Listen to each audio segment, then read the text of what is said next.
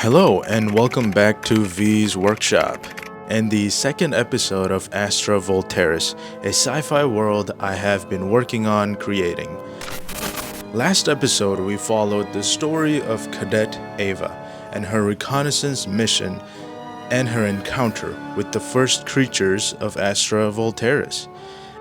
For episode 2, we will be traveling from Cinder Hollow all the way to the Blackwater Delta, known for the oil-slick rivers, deltas, and large bodies of oil and tar-like substance. We're following the story of Cadet Ray and their planetary observation and guidance orbiter, short for POGO the drone. I will be taking you all through the process of making POGO the drone. I will start with the design and sketching, acquiring parts, building and making, painting, followed with the story of Cadet Ray, the first Astra astronaut to step foot on the planet of Astra Voltaris. So when I begin a new sci-fi project, I always like to start with references and sketching. I am heavily basing a lot of my design here off of the punk futures, cyberpunk in particular. I started out with iterating on what a drone looks like and then dove deeper into what its function would be for the astronauts on Astra Voltaris.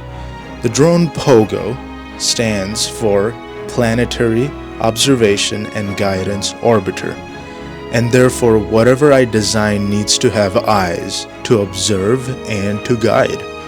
So the design started out with needing a lot of cameras. And as you can see in my final artwork, I have multiple cameras drawn out. Now the colors on the drone change from what I have drawn here in the future, but I do have plans for this color scheme later on. Our next phase here is acquiring materials, and this was quite easy. After the sketching and design phase was done, I needed 4 main things. They were the body,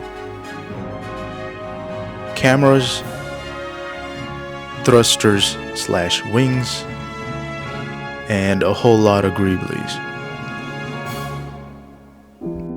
For the body of the drone, I started by disassembling a Nerf gun because it provided the right scale for a full-scale drone. A Nerf gun in 2 parts provided for a nice symmetrical look. Also in general, the Nerf gun had an interesting design to it. For the bottom side of the drone, I used a baby monitor. The top of the baby monitor had a speaker, and I thought it would fit the function of the drone really well. When the drone speaks, that's where the sound would come from. The baby monitor had multiple buttons and parts that I saved for future builds use. For the cameras, they were a bit hard to find. I had to gather the cameras or camera appearing objects from various different places. Some came from a microscope. This microscope is a kid's toy kit. After disassembling it, I found a few different fascinating things, parts, pieces that I might be able to use on this build and in future builds. A few really nice cameras came from an Xbox. It seemed like a really old Xbox camera thingy, and since I never used a console for playing games as a kid, I did not know what it really was.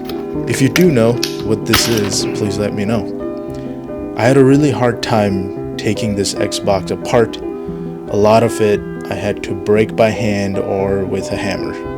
But eventually I got my cool cameras from the inside.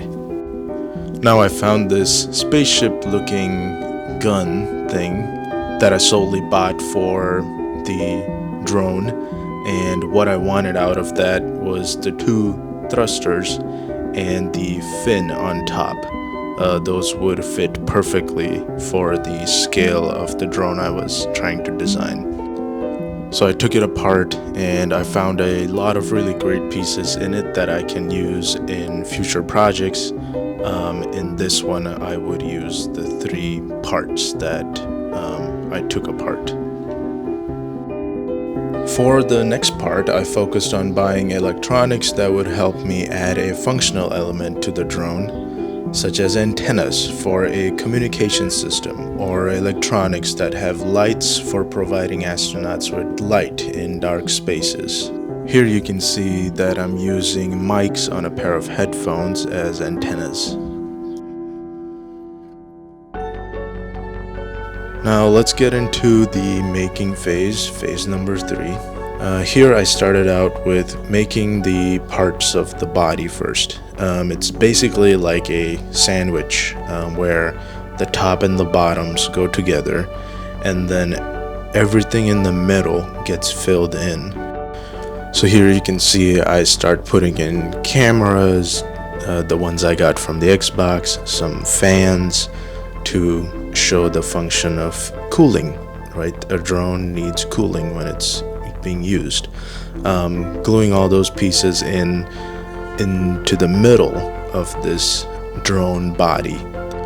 Now if you look at the front face of the drone, it kind of looks like a crab, and I wanted it to look airborne because a drone is meant to fly, and so it was time to put the thrusters on.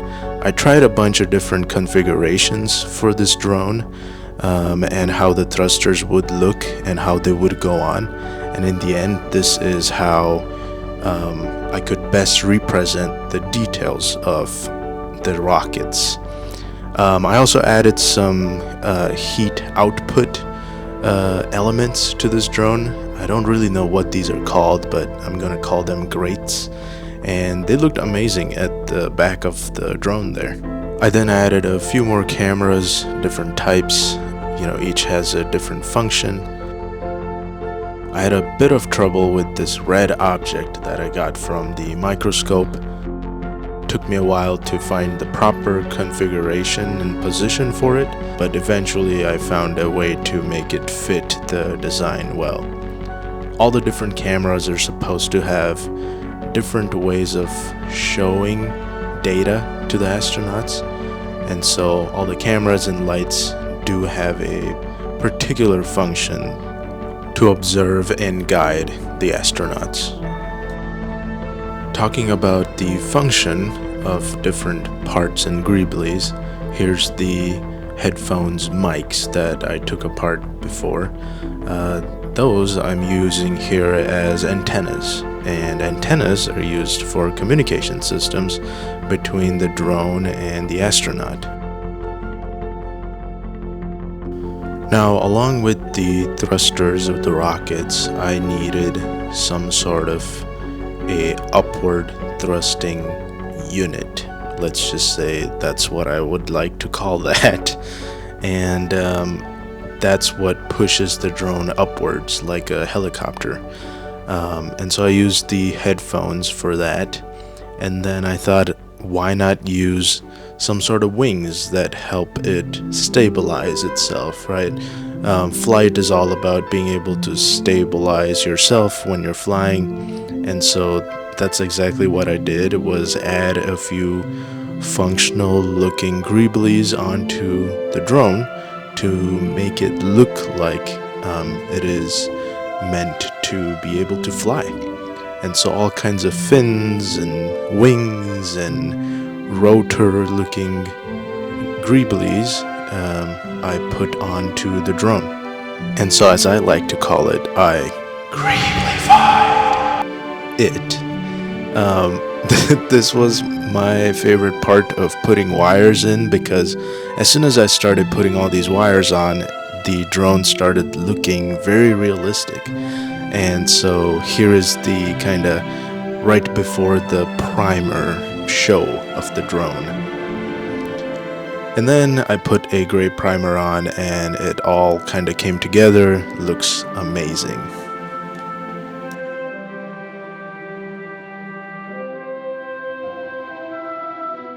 So now that the drone was primed and ready to be painted, you know that it is time for our episode 2 storyline for Cadet Ray. They must be sentient, Ray thinks. Do these creatures, these machines feel? They seem to move with a sense of self-purpose. It has something to do with the planet. The marionette is not a marionette without its strings. This unsettling thought of a marionette without strings snaps Ray back into reality. Do you sense? Ray says. POGO, their drone, replies. I do, but only what you command. But POGO is from Astra Voltaris. Its inner workings have nothing to do with whatever higher power the planet of Astra Voltaris holds, Ray thinks.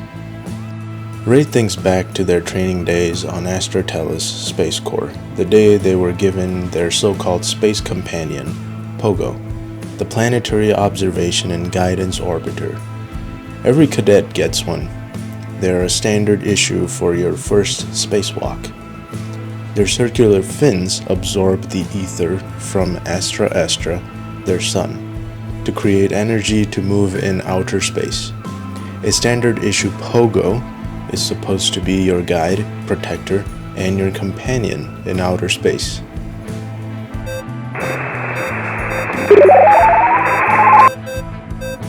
POGO springs to life out of Ray's hands and says, Cadet Ava Pilot 005, in vicinity. The signal goes dark.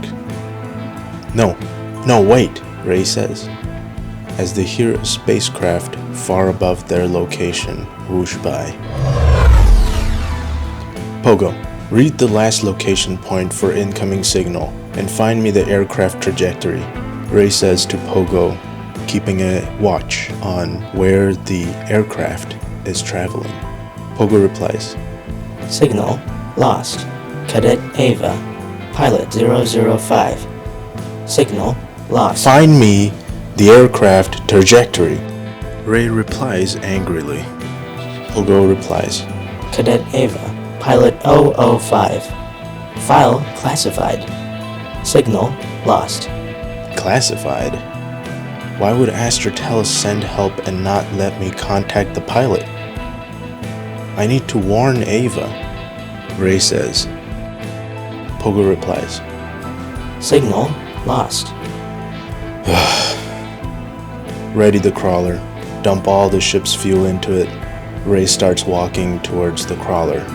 A 6-wheeled vehicle currently attached to Ray's spacecraft. A fuel line feeding the crawler the spacecraft fuel. Based off of the looks of it, it is made to help astronauts travel long distances on different planets. POGO replies, That would mean we cannot return to Astra Voltaris. Yeah, I know that, Ray says, as they walk towards the crawler, climb into it, and get it ready, their face filled with determination to find Cadet Ava. Thank you for watching the video and hope you liked it. If you liked it, please subscribe. It helps me keep the storyline going, and hope to see you guys soon. Thank you. Bye bye.